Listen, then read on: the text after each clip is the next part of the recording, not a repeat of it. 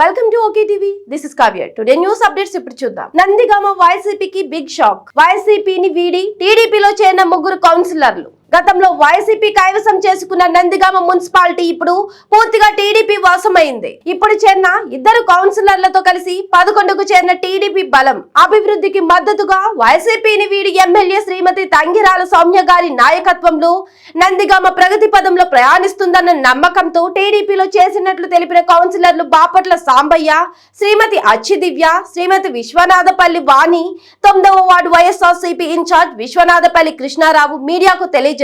తంగిరాల సౌమ్య వారికి తెలుగుదేశం కండువా కప్పి సాధారణంగా పార్టీలోకి ఆహ్వానించారు. త్వరలో మున్సిపల్ చైర్మన్ ఎన్నిక జరగనున్నదని, నూతన చైర్మన్ ను తెలుగుదేశం పార్టీ కౌన్సిలర్లు అందరూ కలిసి ఎన్నుకుంటారని తెలియజేశారు.